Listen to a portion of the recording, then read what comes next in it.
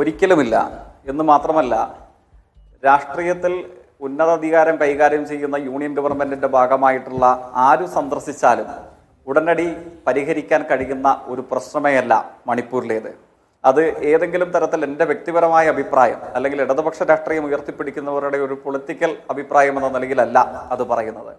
ഒരു വേളയെങ്കിലും മണിപ്പൂരിൻ്റെ അനുഭവങ്ങളെ സംബന്ധിച്ച് നമ്മൾ തൊലിപ്പുറത്ത് വിശകലനം ചെയ്യുകയല്ല, വേരുകളിൽ ആഴ്ന്നിറങ്ങി പരിശോധന നടത്തിയിട്ടുള്ള ഏതു മനുഷ്യനും എളുപ്പം മനസ്സിലാക്കാൻ കഴിയുന്നതാണ്.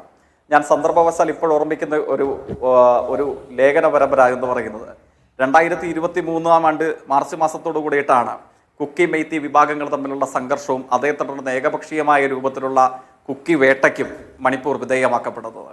പക്ഷേ അതിന് അല്പം മാസാന്തരങ്ങൾക്ക് പുറകിൽ EPWയിൽ എക്കണോമിക് ആൻഡ് പൊളിറ്റിക്കൽ വീക്ക്ലിയിൽ മണിപ്പൂർ സർവകലാശാലയിലെ വിദ്യാർത്ഥിയായിരുന്ന ഗവേഷക വിദ്യാർത്ഥിയുടെ ഒരു ലേഖനം EPW ഒന്ന് പ്രസിദ്ധീകരിച്ചിരുന്നു.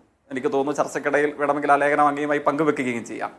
അസാധാരണമായ ക്രാന്തദർശിത്വത്തോടുകൂടെ ഗവേഷക വിദ്യാർത്ഥിയായ എൻ്റെ ഓർമ്മ ശരിയെങ്കിൽ മെയ്ത്തി വിഭാഗത്തിൽ തന്നെ പെട്ട ആ ഗവേഷക വിദ്യാർത്ഥി പറയുന്നുണ്ട്, ഇന്ത്യൻ സംഘപരിവാരം മെയ്റ്റി മെജോറിറ്റേറിയനിസം എന്ന ടൂളിനെ മറ്റ് എല്ലാ ഇന്ത്യൻ സംസ്ഥാനങ്ങളിലും അവരുടെ രാഷ്ട്രീയ താല്പര്യത്തിന് വേണ്ടി ഉപയോഗിക്കുന്നത് പോലെ മെയ്റ്റി മെജോറിറ്റേറിയനിസം എന്ന പൊളിറ്റിക്സ് ആണ് ഇന്ത്യൻ വർഗീയത മണിപ്പൂരിൽ പയറ്റുന്നത്. അതുകൊണ്ട് ദൂരവ്യാപക പ്രത്യാഘാതങ്ങൾക്കൊന്നും കാത്തു നിൽക്കേണ്ടതില്ല. ഉടനടി തന്നെ വിഭജിതമായ മണിപ്പൂർ ഉണങ്ങാത്ത മുറിവുകളുടെയും ഒടുങ്ങാത്ത സംഘർഷങ്ങളുടെയും വേദിയാകും എന്ന് EPWയിൽ അന്നത്തെ വിദ്യാർത്ഥി എഴുതിയ ലേഖനത്തിന്റെ ഭാഗമായിട്ടുണ്ടായിരുന്നു. എന്ത് അവിടുത്തെ ജനത, പ്രത്യേകിച്ച് പ്രൗഢഗംഭീരമായ പ്രബുദ്ധതയോടുകൂടെ ഇത്തരം കാര്യങ്ങളെ വിശകലനം ചെയ്യാൻ തയ്യാറാകുന്ന ആളുകൾ എന്ത് ഭയപ്പെട്ടിരുന്നു, അത് അക്ഷരപ്രതി സാധ്യമാകുന്നതിനാണ് പിന്നീട് സാക്ഷ്യം വഹിച്ചത്. ഇപ്പൊ അങ്ങ് സൂചിപ്പിച്ചതുപോലെ കലാപമുണ്ടായി 2 വർഷം മാത്രമല്ല, കൃത്യമായി പരിശോധിച്ചാൽ 27 മാസങ്ങൾക്ക് ശേഷമാണ് ഇന്ത്യൻ പ്രധാനമന്ത്രി മണിപ്പൂർ സന്ദർശനത്തിന് തയ്യാറാകുന്നത്. അങ്ങയുടെ ചോദ്യത്തിന്റെ ഭാഗമായി പറഞ്ഞതുപോലെ എത്രയോ ആയിരക്കണക്കിന് കോടി രൂപയുടെ പദ്ധതി പ്രഖ്യാപിച്ചു എന്നുള്ളതാണ് വാർത്തകളെന്ന് നമുക്ക് മനസ്സിലാക്കാൻ വേണ്ടി കഴിയുന്നത്. പക്ഷേ ഇതിന്റെ പ്രത്യേകത എന്താണ്? പ്രത്യേകത ലളിതമായി തന്നെ വിശദീകരിക്കാൻ കഴിയും. എനിക്ക് തോന്നുന്നു മണിപ്പൂർ സംബന്ധമായിട്ടുള്ള ഗൗരവപൂർണമായ ചർച്ചയിൽ പല ആളുകളും വിസ്മരിച്ചു പോകാറുള്ള അല്ലെങ്കിൽ വിട്ടുപോകാറുള്ള ഏറ്റവും പ്രധാനപ്പെട്ട ഈ കലാപത്തിലേക്ക് നയിച്ച പ്രധാനപ്പെട്ട ഒരു കാരണം അത് നിങ്ങൾ പരിശോധിച്ചാൽ തന്നെ എவ்விதം മണിപ്പൂർ ഇങ്ങനെ കലാപഭരിതമായി മാറിയെന്ന് നമുക്ക് മനസ്സിലാകും. കാരണം മണിപ്പൂരിൽ കുക്കി വിഭാഗത്തിന് ഷെഡ്യൂൾഡ് ട്രൈബ് പദവിയുണ്ട്. മണിപ്പൂർ കലാപത്തിന് ഈ അനുഭവങ്ങൾക്ക് തൊട്ട് മുമ്പ് വരെ മണിപ്പൂരിന്റെ സർക്കാർ ഉന്നതാധികാരമുള്ള പല പദവികളും ഉണ്ടായിരുന്നത് പട്ടികവർഗ വിഭാഗത്തിൽപ്പെട്ട കുക്കി വിഭാഗത്തിൽപ്പെട്ട ക്രിസ്തുമത വിശ്വാസികളായിട്ടുള്ള ആളുകളായിരുന്നു. ഈ സമീപത്ത് നടന്ന BJP അധികാരത്തിലേക്ക് വരുന്ന നിയമസഭാ തെരഞ്ഞെടുപ്പിൽ ഇന്ത്യൻ വർഗീയത ലളിതമായ ഒരൊറ്റ മുദ്രാവാക്യമേ വെച്ചുള്ളൂ. അവർ താഴ്വരയിൽ അധിവസിക്കുന്ന മെയ്ത്തി വിഭാഗത്തിന് നടുവിൽ ലളിതമായ ഒരൊറ്റ കാര്യം പറഞ്ഞു, നിങ്ങൾ നോക്കൂ, മലഞ്ചെരിവുകളിലും കുന്നിൻ പ്രദേശങ്ങളിലും മാത്രമുണ്ടായിരുന്ന ആദിവാസികൾ, പട്ടികവർഗക്കാർ, ഗോത്രവിഭാഗത്തിൽപ്പെട്ട കുക്കികൾ ഇന്ത്യൻ അഡ്മിനിസ്ട്രേറ്റീവ് സർവീസിന്റെ ബിരുദം നേടുന്നു, IPS ഉദ്യോഗസ്ഥരായി മാറുന്നു. അവർ താഴ്വരയിൽ വന്നിട്ട്, നഗരമധ്യത്തിൽ ഇംഫാലിൽ വന്നിട്ട് സർക്കാർ മന്ദിരങ്ങളിൽ, മോടി പിടിപ്പിക്കപ്പെട്ട ബംഗ്ലാവുകളിൽ, സർക്കാർ ഓഫീസുകളിൽ, സർക്കാർ കാറുകളിൽ, നക്ഷത്ര ചിഹ്നമുള്ള കുപ്പായങ്ങളിൽ സഞ്ചരിച്ചുകൊണ്ട് നമ്മളെ ഭരിക്കുന്നു. അതുകൊണ്ട് നിങ്ങൾ എന്ത് ചെയ്യണം? ആ കുക്കി വിഭാഗത്തിന് മാത്രം അവകാശമായിട്ടുള്ള സംവരണം അല്ലെങ്കിൽ ഷെഡ്യൂൾഡ് ട്രൈബ് വിഭാഗ പദവി ഞങ്ങൾ അധികാരത്തിൽ വന്നാൽ നിങ്ങൾക്കും നൽകാം.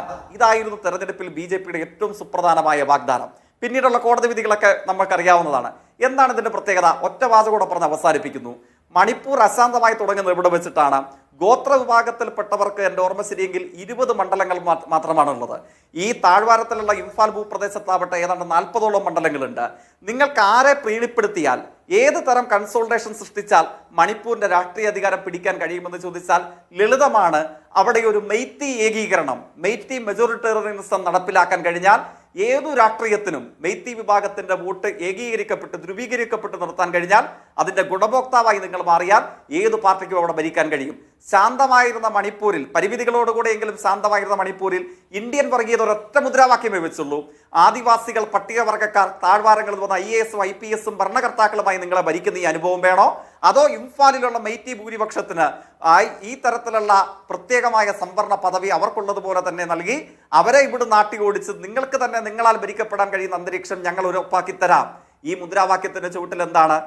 ഏകദേശം പരിമിതികളോടുകൂടെയെങ്കിലും സമാധാനം ഉണ്ടായിരുന്ന മണിപ്പൂർ വിഭജിക്കപ്പെടുകയാണ്, ധ്രുവീകരിക്കപ്പെടുകയാണ്. ഇപ്പോൾ കാണാൻ വേണ്ടി കഴിയുന്നത് എന്താണ്? ഒരു വേള ചുരാചന്ദ്പൂരിൽ കാറുമാർഗം സന്ദർശിക്കാൻ ഒരു അവസരം ലഭിച്ചയാളാണ്. നമുക്ക് കാണാൻ കഴിയുന്നത് എന്താണ്? തുല്യ ശക്തികൾ തമ്മിലുള്ള ഏറ്റുമുട്ടലേ അല്ല മണിപ്പൂരിൽ ഉണ്ടാകുന്നത്. അത് അരാഷ്ട്രീയമായ ഒരു അശ്ലീലമാണ് മണിപ്പൂരിൽ സംഘർഷം, കലാപം എന്നൊക്കെ പറയുന്നത്. ഏകപക്ഷീയമായി പട്ടികവർഗ വിഭാഗത്തിൽപ്പെട്ട, കുക്കി വിഭാഗത്തിൽപ്പെട്ട ക്രിസ്തുമത വിശ്വാസികളെ നരഹത്യ ചെയ്യുന്ന, ഉന്മൂലനം ചെയ്യുന്ന ഏകപക്ഷീയമായ കുക്കി ഉന്മൂലനമാണ് മണിപ്പൂരിൽ സംഭവിച്ചുകൊണ്ടിരിക്കുന്നത്. ആയിരക്കണക്കിന് കോടികളുടെ മണിക്കിലുക്കത്തിനും പ്രഖ്യാപനത്തിനും പരിഹരിക്കാൻ പറ്റുന്ന ഒരു മുറിവുമല്ല ഭൗമരാഷ്ട്രീയത്തിന്റെ ഭാഗമായി ഇന്ന് മണിപ്പൂരിൽ സംഭവിച്ചുകൊണ്ടിരിക്കുന്നത്. അതിനെ മനസ്സിലാക്കണമെങ്കിൽ അല്പം സമാധാന ചിത്തരായ സോദരത്വേന എന്ന രാഷ്ട്രീയത്തിന്റെ പതാക ഉയർത്തിപ്പിടിച്ചുകൊണ്ട് ചിന്തിച്ചാലെങ്കിൽ മാത്രമേ മണിപ്പൂരിൽ നമുക്കൊരു പരിഹാരം കണ്ടെത്താൻ വേണ്ടി കഴിയൂ. ശരി, ശ്രീ